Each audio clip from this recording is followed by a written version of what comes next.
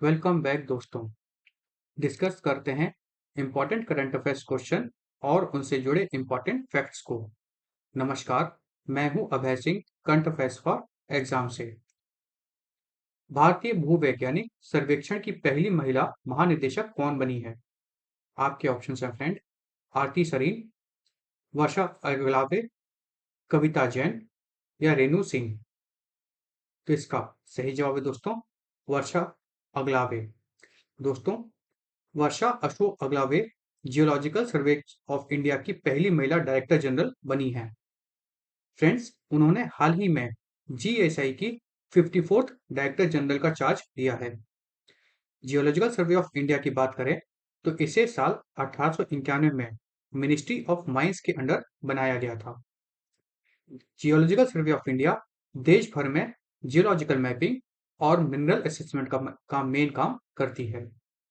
चलिए अगले प्रश्न पर आते हैं। भारत के लिए पहला कॉमनवेल्थ गेम्स महिला जूडो गोल्ड मेडल किसने जीता है? आपके ऑप्शन हैं फ्रेंड। यामिनी मौर्य, हेडी कॉच, अस्मिता डे या एक्लिया टोपरैक। तो इसका सही जवाब है दोस्तों अस्मिता डे। दोस्तों, अस्मिता डे और हर्ष सिंह ने कॉमनवेल्थ गेम्स में देश के लिए जूडो गोल्ड मेडल दिलाया है। इन दोनों एथलीट्स ने ग्लासगो के स्कॉटिश इवेंट कैंपस में हिस्टोरिक जीत हासिल की है। अस्मिता ने कनाडा की हेती कॉच को हराकर वुमेन्स के 48 केजी कप में गोल्ड मेडल जीता है।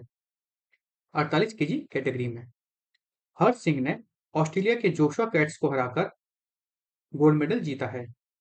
इन दोनों के अलावा यामिनी मौर्य ने वुमेन्स 57 केजी कैटेगरी में सिल्वर मेडल हासिल किया है। चलिए अगले प्रश्न पर आते हैं। जुलाई 2026 में ओपन एआई के चीफ टेक्नोलॉजी ऑफिसर कंप्यूट कौन बने हैं? आपके ऑप्शन हैं फ्रेंड। उदय रुद्राजू, सैम अल्टमैन, मीरा मारुति या जॉर्ज ब्रॉकमैन, ग्रेग ब्रॉकमैन। तो इसका सही जवाब है दोस्तों उदय रुद्राजू। दोस्तों, ओपन एआई ने उदय रुद्राजू को अपना chief technology officer compute appoint किया है। चलिए अगले प्रश्न पर आते हैं। इनमें से किसे 900 मेगावाट के गुजरात सोलर प्रोजेक्ट के लिए एलओआई मिला है? एलओआई अर्थात letter of intent.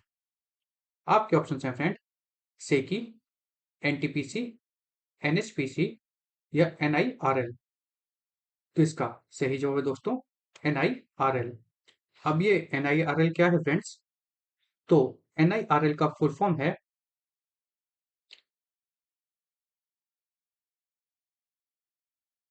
NLC India renewable limited. दोस्तों, एनएलसी इंडिया रिन्यूएबल लिमिटेड अर्थात एनआईआरएल को GUVNL अर्थात गुजरात ऊर्जा विकास निगम लिमिटेड से 900 मेगावाट का सोलर प्रोजेक्ट मिला है। फ्रेंड्स, एनआईआर की बात करें तो साल 2023 में बनी एनएलसी लिमिट इंडिया की होली इंपॉर्टेंट सब्सिडी है, मतलब PSU कंपनी है। यह mega solar power project Gujarat के ultra mega renewable Khavda solar park में लगेगा। चलिए अगले प्रश्न पर आते हैं।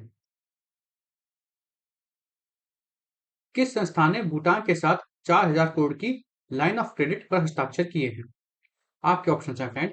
नाबार्ड, एक्सिम बैंक, सिडबी या फिर आरबीआई। तो इसका सही जवाब है दोस्तों एक्सिम बैंक।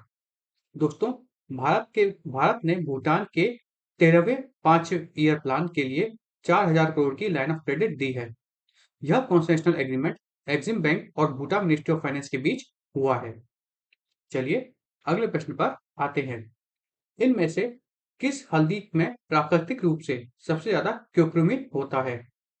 लाकाडोंग, इरोडे, सलीम या एलिपी।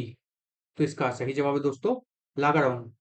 दोस्तों, मेघालय की जीआई टैग लाकाडोंग टर्मरिक के लिए मिशन गोल्ड स्पाइस लॉन्च किया गया है। इस इंटीग्रेटेड मिशन को 175 करोड़ के फाइनेंशियल आउटले के साथ शुरू किया गया है। लाकाडोंग टर्मरिक में हाई क्यूक्रुमिन कंटेंट ग्लोबल एवरेज से कहीं ज्यादा होता है।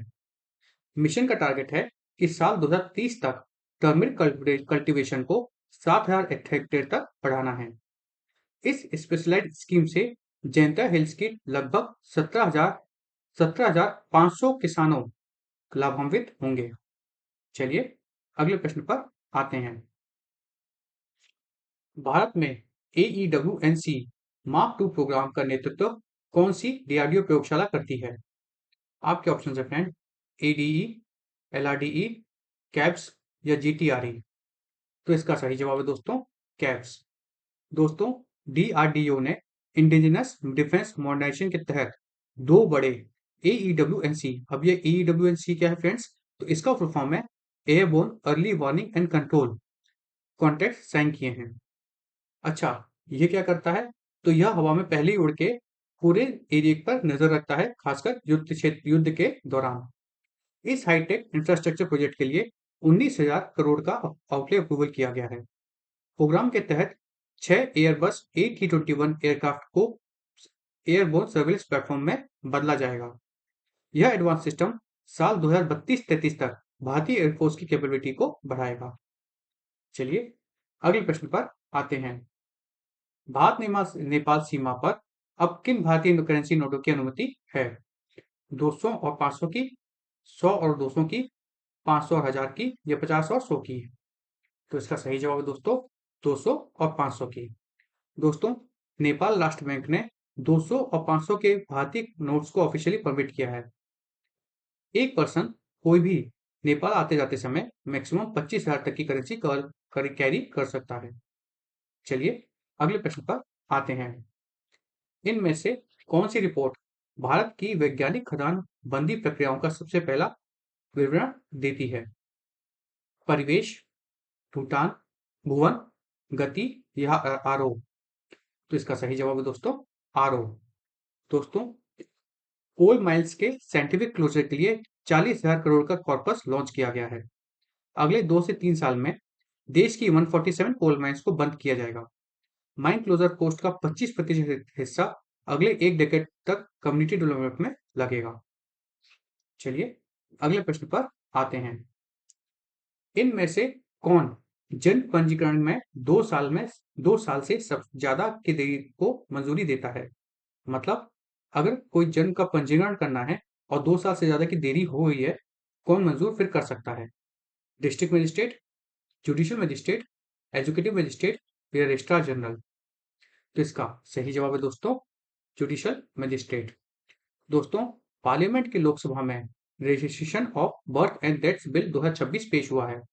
यह नया प्रोग्रेसिव बिल पहले से चले आ रहे प्रिंसिपल एक्ट 1969 को अमेंड करेगा। 2 साल से ज्यादा डिले होने पर रजिस्ट्रेशन के लिए जुडिशियल अप्रूवल मैंडेटरी होगा और यह सिर्फ जुडिशियल मजिस्ट्रेट द्वारा दिया जाएगा। चलिए अगले प्रश्न पर आते हैं। कौन सी समिति एक देश एक चुनाव विधेयक के प्रस्ताव की जांच कर रही है? आपके ऑप्शन है फ्रेंड, जेपीसी, पीएसी, ईसीआई या नीति? तो इसका सही जवाब है दोस्तों जेपीसी। दोस्तों लोकसभा ने साइमल्टेनियस इलेक्शन वाले 129वें कॉन्स्टिट्यूशनल अमेंडमेंट बिल की कमेटी को एक्सटेंड कर दिया है। पीपी चौधरी की चेयरमैनशिप वाली इस 41 मेंबर की जेपीसी को वॉइस वोट से एक्सटेंशन मिला है। यह ज्वाइंट पार्लियामेंट्री कमेटी अब अपनी फाइनल रिपोर्ट विंटर सेशन के आखिरी वीक में देगी। वन नेशन वन इलेक्शन के तहत देश में लोकसभा और राज्यसभा के जो इलेक्शंस होंगे वो एक साथ किए जाने की संभावना बनाई जाएगी। चलिए अगले प्रश्न पर आते हैं। राष्ट्रीय राजमार्ग परियोजनाओं के लिए भूमि अधिग्रहण किस केंद्रीय कानून के तहत किया जाता है? भूमि अधिनियम, राजमार्ग अधिनियम, राष्ट्रीय राजमार्ग अधिनियम या सड़क मार्ग अधिनियम? तो इसका सही जवाब है दोस्तों राष्ट्रीय राजमार्ग अधिनियम। दोस्तों सुप्रीम कोर्ट ने नेशनल हाईवे एक्ट के तहत लैंड कंपनसेशन डिस्प्यूट्स के तारीख पर सवाल उठाए हैं। कोर्ट ने कंपनसेशन के मामलों को रिजॉल्व करने के लिए जुडिशली ट्रेन ऑब्जेक्टर्स की रिकमेंडेशन की है। लैंड एक्विजिशन के दौरान मिलने वाले कंपनसेशन में मार्केट वैल्यू और स्टैट्यूटरी सोलर शामिल होता है। चलिए अगले प्रश्न पर आते हैं। इनमें से किस अभियान ने महिलाओं की पहली त्रिनेत्र विश्व परिक्रमा यात्रा पूरी की है? आपके ऑप्शन है फ्रेंड, सागर कवच, समुद्र परिदक्षिणा, मिशन सागर या वरुण यात्रा? तो इसका सही जवाब है दोस्तों समुद्र परिदक्षिणा। दोस्तों पहली ट्राई सर्विस मतलब तीनों सर्विस आर्मी, नेवी और air force all women circum navigation ने 314 दिन में 25,500 नॉटिकल माइल्स का सफर पूरा किया है। डिफेंस मिनिस्टर श्री राजनाथ सिंह ने नई दिल्ली में इस एक्सपेडिशन में 9 महिलाओं को फैसिलिटेट किया है। चलिए अगले प्रश्न पर आते हैं। ओपनिंग सेरेमनी में भारत का पहला कॉमनवेल्थ गेम्स 2026 मेडल किसने जीता है? निखित जरीन, मीराबाई चानू, नीतू घंघास या लोवलिना बोरगोहेन? तो इसका सही जवाब है लोवलिना बोरगोहेन। दोस्तों बॉक्सर लोवलिना बोरगोहेन ने ग्लासगो कॉमनवेल्थ गेम्स में 2026 में भारत का पहला मेडल पक्का किया था और उन्होंने सिल्वर मेडल जीता था। चलिए अब कल का प्रश्न देखते हैं। कल हमने आपसे पूछा था इनमें से कौन सा रेगुलेटर फ्रांस के सोशल मीडिया आयु कानून को लागू करता है? मतलब अभी फ्रांस में एक आयु कानून लागू हुआ है, तो वो कौन सा रेगुलेटर करता है? किस चीज के लिए? सोशल मीडिया के लिए। आरकॉम, मैक्रॉन, मेटा या टिकटॉक? तो इसका सही जवाब है दोस्तों आरकॉम। दोस्तों फ्रांस 15 साल से कम उम्र के बच्चों पर सोशल मीडिया बैन लगाने वाला पहला ईयू देश बन गया है। इस नए कानून को 21 जुलाई 2026 को ऑफिशियल अप्रूवल देकर पास किया गया है। फर्स्ट फेज के तहत सितंबर 2026 से माइनस के लिए नए अकाउंट्स ब्लॉक होंगे। चलिए अब कल के लिए प्रश्न देखते हैं। कल के लिए हमारा आपसे प्रश्न है असम सैनिक कल्याण निदेशालय से किस फंड को 25 लाख मिले हैं? पीएम स्कर, PM cares, SDRF, CM relief या फिर एनडीआरएफ? इसका जवाब आपको कमेंट सेक्शन में देना है फ्रेंड्स। और अगर आपको आज का सेशन फ्रूटफुल और इन्फॉर्मेटिव लगा तो लाइक शेयर सब्सक्राइब अवश्य कीजिएगा। धन्यवाद। जय हिंद, जय भारत।